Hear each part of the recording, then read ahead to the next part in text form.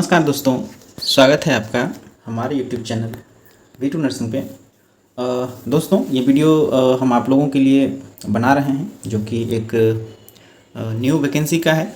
आप लोग जानते हैं BSF में स्टाफ नर्स के लिए नया वैकेंसी आया है और BSF में यानी कि सीमा सुरक्षा बल में काम करने का एक सुनहरा मौका है आप लोगों के पास। और ये मौका उन लोगों के पास है जो कि नर्सिंग स्टाफ हैं और as a staff nurse BSF में आप सर्व करना चाहते हैं। ठीक है, तो BSF में आप लोगों के लिए एक न्यू वैकेंसी आई है जो कि GNM के लिए है।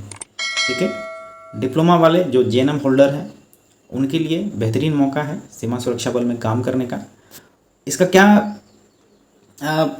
जो डिटेल है जिसमें कि आपको पोस्ट की संख्या या फिर सिलेक्शन प्रोसीजर या फिर इसका वेतनमान या फिर इसका जो पोस्टिंग प्लेस होगा या इसका जो सिलेक्शन प्रक्रिया होगी वो क्या होगी, हम आपको इस वीडियो में बताएंगे और बिल्कुल आसान भाषा में हम आपको बताने का प्रयास करेंगे। बहुत से लोग जो खास करके बिहार से हैं उन्हें इस बात की चिंता होती है कि मेरा कॉलेज तो INC नहीं है, तो बिना INC वाले क्या BSF का फॉर्म भर सकते हैं या नहीं भर सकते हैं, ये भी हम आपको इस वीडियो में बताएंगे। तो चलिए हम आपको BSF के द्वारा जो फुल एडवर्टाइजमेंट जो विज्ञापन दिया गया है उसको एक बार हम आपको दिखाते हैं और बारी बारी से जो भी इसका प्रक्रिया है, चाहे वो पोस्ट के लेकर के हो, सिलेक्शन प्रोसीजर हो, सीट की संख्या हो, सैलरी हो, पोस्टिंग प्लेस हो, वो हम आपको बताते हैं। चलिए, तो आप यहाँ पे देख लीजिए, ये आपका फुल एडवर्टाइजमेंट है, ऑनलाइन डिटेल्ड एडवर्टाइजमेंट आप यहाँ पे देख सकते हैं। Director general of border security force. ठीक है, ये 2024 की वैकेंसी है और आपको बता दें कि इसमें स्टाफ नर्स के साथ साथ लैब टेक्नीशियन का भी दिया हुआ है। अगर आप लैब टेक्नीशियन से भी पास आउट हैं, लैब टेक्नीशियन का आपके पास डिप्लोमा है, तो आप भी इसको भर सकते हैं। इसके साथ ही कई तरह के पोस्ट हैं जो कि ITI होल्डर वाले के लिए है। तो हम फिलहाल स्टाफ नर्स और लैब टेक्नीशियन की बात करेंगे। ठीक है, देखिए ये ग्रुप बी और ग्रुप सी की कंबाइंड वैकेंसी है जो कि नॉन गेजेटेड है। ठीक है, आप यहाँ पे देखिए ग्रुप बी का पोस्ट जो है आपका SI का है, यानी कि सब इंस्पेक्टर इन स्टाफ नर्स। ठीक है, आप एक इंस्पेक्टर रहिएगा as a staff nurse. Total vacancy की बात करें तो आप यहाँ पे देख लीजिए कितनी है, तो 14 है, यानी कि 14 सीट है आपके पास, जिसमें जनरल कैटेगरी 4 सीट है, EWS 3 सीट है, OBC के पास 4 सीट है और SC ST के पास 2 सीट और 1 सीट है।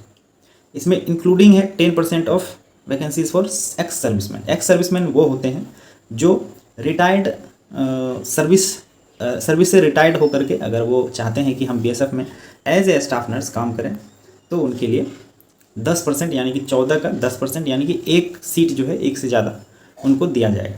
ठीक है, पे स्केल की बात करें यानी कि आपको जो वेतन मिलेगा BSF में काम करने में, आपको 6 लेवल का वेतन जो है मिलेगा, जो कि 35,400 से 1,12,000 यानी कि लमसम आपका जो वेतन होगा वो 60,000 के अराउंड आपको आएगा। ठीक है, 60,000 अराउंड आपको मिलेगा। ठीक है, अब ग्रुप सी में देख लीजिए। ग्रुप सी में आपके पास ASI यानी कि असिस्टेंट सब इंस्पेक्टर।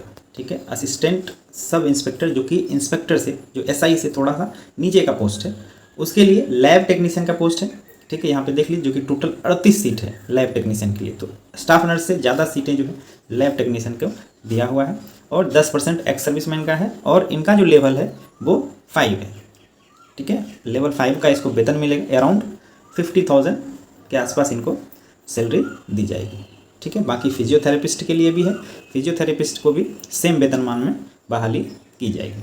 अब आगे जो इम्पोर्टेंट चीज़ें हैं वो ही हम आपको इसमें बताने का प्रयास करते हैं। ठीक है, लास्ट डेट इसका जो होगा यानी कि आपको फॉर्म जो है ऑनलाइन सबमिट करना है और ऑनलाइन करने का जो लास्ट डेट है वो 17/6/2024 यानी कि 17 जून 2024 तक आपको ऑनलाइन करने का समय दिया हुआ है। ठीक है, अब यहाँ पे देखिए ऑनलाइन करने का आपको वेबसाइट दिया हुआ है। हालांकि हम वेबसाइट जो है इस वीडियो में लिंक कर देंगे, आप वहाँ से जा कर के डायरेक्ट BSF के जो ऑफिशियल पेज है वहाँ जा कर के आप ऑनलाइन कर सकते हैं। ठीक है, candidate must be Indian citizen. ठीक है, इंडिया के निवासी होना अनिवार्य है। अब आगे बढ़िए, यहाँ पे देखिए जो एलिजिबिलिटी होगी, जो इसको कि आप शैक्षणिक योग्यता कहते हैं, तो शैक्षणिक योग्यता की बात करें तो यहाँ पे हम पहले स्टाफ नर्स की बात करेंगे। तो स्टाफ नर्स के लिए जो शैक्षणिक योग्यता होगी 10+2 होगा। ठीक है, उसके बाद आपके पास डिग्री या diploma in general nursing program यानी कि आपके पास BSc या GNM की डिग्री होनी चाहिए। ठीक है, उसके बाद तीसरा देखिए क्या है, registration as general nurse and midwifes with central और स्टेट नर्सिंग काउंसिल। ठीक है, आपके पास रजिस्ट्रेशन होना चाहिए, यानी कि RN/RM सर्टिफिकेट होना चाहिए एज ए, या तो वो सेंट्रल से हो यानी कि INC से हो, या फिर स्टेट नर्सिंग काउंसिल से हो। तो ये उनके लिए है जो ये कहते हैं कि सर मेरा तो कॉलेज INC से नहीं था, तो हमें कौन सी वैकेंसी भरने का मौका मिलेगा। तो BSF, ठीक है, हमने आपको पिछले वीडियो में जो बनाया था, हमने बाकायदा INC विदाउट INC वाले के लिए क्या क्या ऑप्शंस हैं, तो उसमें हमने बताया था आपको कि सेंट्रल गवर्नमेंट के कोई भी वैकेंसीज़ में ये आपसे नहीं मांगेगा कि आपको किस स्टेट का रजिस्ट्रेशन चाहिए। उसमें किसी भी स्टेट से रजिस्ट्रेशन हो और INC से भी हो तो दोनों जो है एलिजिबल होंगे। ठीक है, हो गया ये बात। अगर आपके पास एक्सपीरियंस है, डिज़ायर एक्सपीरियंस है, तो वो आपको, जैसे कि आपको ट्यूबरक्लोसिस हॉस्पिटल में अगर जो आप काम किए हैं, सिस्टर ट्यूटर में काम किए हैं, पब्लिक हेल्थ में काम किए हैं, पीडियाट्रिक डिपार्टमेंट में काम किए हैं, सेक्रेटरी में काम किए हैं, तो यह आपके लिए बोनस का काम करेगा। ठीक है, अब लैब टेक्नीशियन की बात करें तो देखिए लैब टेक्नीशियन में क्या है, 10+2 विथ साइंस, क्योंकि आपको पता है लैब टेक्नीशियन के लिए बायो बहुत ज़रूरी है, बिना बायो का लैब टेक्नीशियन नहीं होता है। लेकिन GNM में, और ये भी एक प्रश्न है, GNM का जो एलिजिबिलिटी है वो साइंस, कॉमर्स और आर्ट्स तीनों को रखा हुआ है। ठीक है, या तो साइंस वाले भी भर सकते हैं, कॉमर्स वाले भी कर सकते हैं और आर्ट्स वाले भी कर सकते हैं, इसीलिए 10+2 और इक्विवेलेंट लिखा है। जबकि टेक्नीशियन के लिए, लैब टेक्नीशियन के लिए बायो होना बहुत ज़रूरी है, इसीलिए यहाँ पे विथ साइंस और equivalent from the board recognised.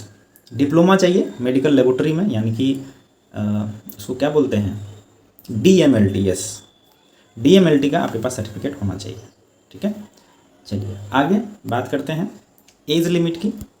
तो एज लिमिट जो इसमें होनी है वो आपको स्टाफ नर्स के लिए 21 से 30 साल है।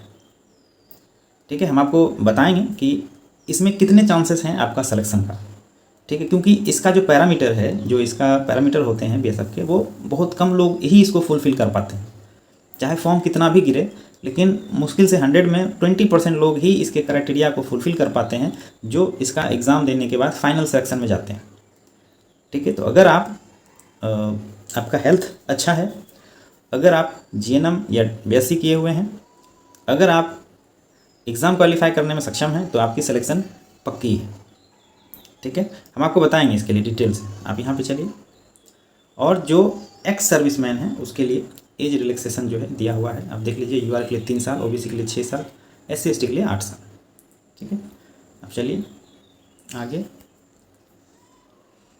बाकायदा पूरा है इसका, हम जो है आपको इसका कॉपी दे देंगे, एक अपने ग्रुप में भी दे सकते हैं, आप हमारे ग्रुप में भी जुड़ सकते हैं, और हम इसका जो है एक लिंक आपको डिस्क्रिप्शन में दे देंगे, वहाँ से डाउनलोड कर सकते हैं। ठीक है, हम बात कर रहे थे सिलेक्शन का, तो SI स्टाफ नर्स। ठीक है, उसके बाद बाकी का बात करेंगे। आपको सिलेक्शन की कितनी संभावना है हम आपको वो एक बार बता देते हैं। ठीक है, देखिए SI में क्या है, सबसे पहला तो एज क्राइटेरिया है।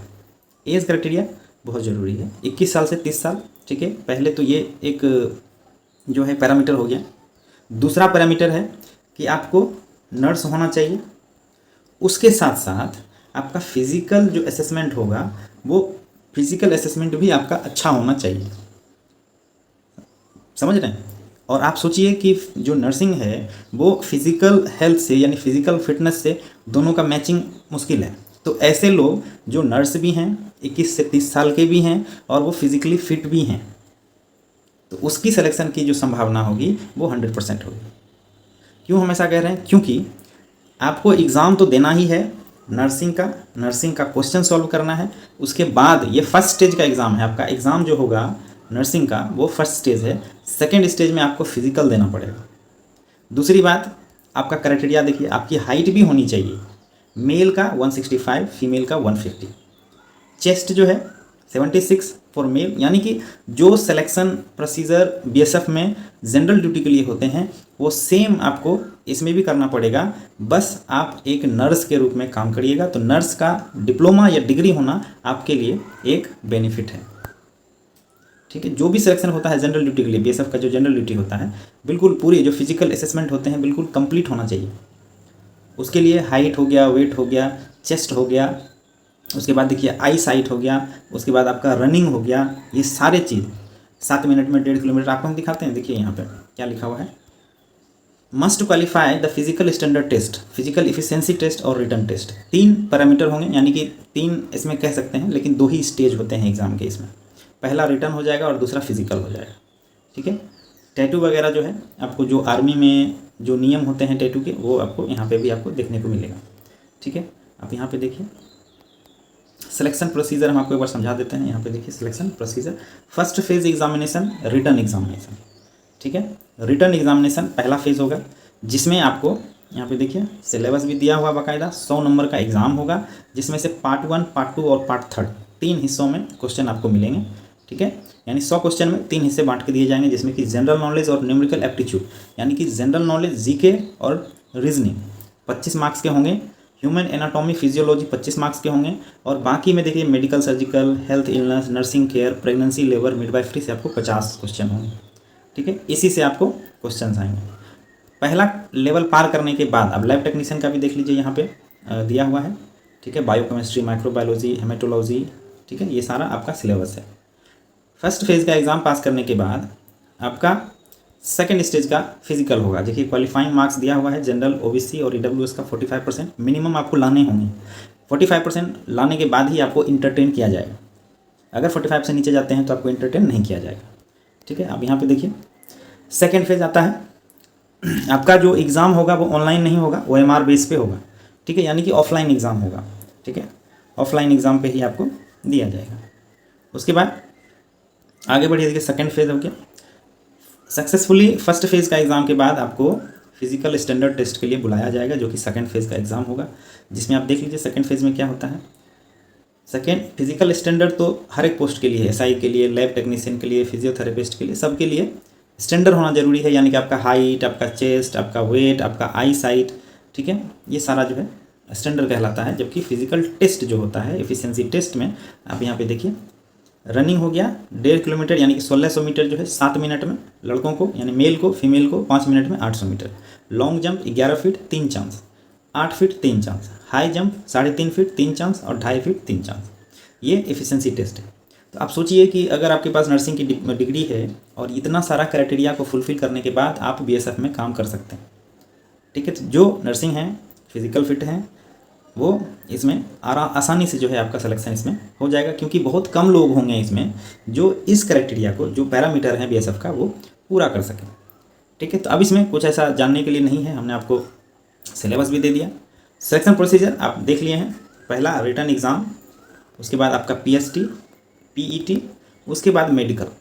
ठीक है, चौथा आपका मेडिकल होगा, और मेडिकल के बाद आपका फाइनल मेरिट लिस्ट बनेगा, और मेरिट में जाने के बाद आपको ज्वाइनिंग दी जाएगी। ठीक है, और ज्वाइनिंग कहाँ मिलेगा आपको, तो जो BSF के हॉस्पिटल्स हैं, ठीक है, या BSF के कैंप का जो हॉस्पिटल है, जिसे आप कंपोजिट हॉस्पिटल बोलते हैं, वहाँ पे आपको दी जाएगी। ठीक है, आप यहाँ पे देखिए 19/5 से ये ओपन हो जाएगा, और लास्ट डेट जो है इसका 17/6/2024 तक रहेगा। लिंक दिया हुआ है recruitment.bsf.gov.in, इस पे जाकर के आप अपना आवेदन दे सकते हैं। और जो इसका फ़ीस होगा वो 200 रुपीज़ आपको देने होंगे। महिला को और SC ST को किसी भी प्रकार का नहीं लगेगा फ़ीस। ये फ़ीस जो है जनरल, EWS और OBC के लिए है। ठीक है, 200 रुपये प्लस 47 रुपये GST, यानी कि 247 आपको फ़ीस के लिए पे करने होंगे। महिला को, SC ST को, एक्स सर्विसमैन को किसी भी प्रकार का फ़ीस नहीं लगेगा। ठीक है, तो इतना सारा हमने जो भी था इसका बता दिया है। अब देखिए यहाँ पे सेंटर, अगर आप इसका फॉर्म भरते हैं तो आपका जो एग्ज़ाम होना है या सिलेक्शन प्रोसीजर का कोई भी कुछ भी होना है तो इन सब शहरों में ही होगा। यहाँ पे देख लीजिए श्रीनगर से शुरू होकर जम्मू, जालंधर, गांधीनगर, जोधपुर, कोलकाता, सिलचर, जो भी आपके नियरेस्ट में सेंटर है इसको आप यहाँ पे चूज़ कर सकते हैं। ठीक है, हालांकि पटना नहीं है, पटना के नज़दीक में आपको देखने को मिलेगा कोलकाता, हज़ारीबाग देखने को मिलेगा। ठीक है, जो कि बिहार के नज़दीक के शहर हैं। दिल्ली मिलेगा। ठीक है, इसके अलावा अपने हिसाब से BSF जो है चेंज कर सकती है। तो बस इतना सही था, बाकी जो भी होगा इससे रिलेटेड वो हम आपको अपने ग्रुप में अपडेट देते रहेंगे। ग्रुप का लिंक जो है हम डिस्क्रिप्शन में डाल देंगे, और वहाँ से जा कर के आप हमारे किसी भी नर्सिंग के फील्ड से जो भी जानकारी आती है वो आप प्राप्त कर सकते हैं। ठीक है दोस्तों, बाकी जो लोग भी फॉर्म डाल रहे हैं उसको बहुत बहुत बधाई और गुड लक। आपका सिलेक्शन जो है, चाहेंगे कि आपका सिलेक्शन जो है हो जाए। ठीक है दोस्तों, थैंक यू, धन्यवाद।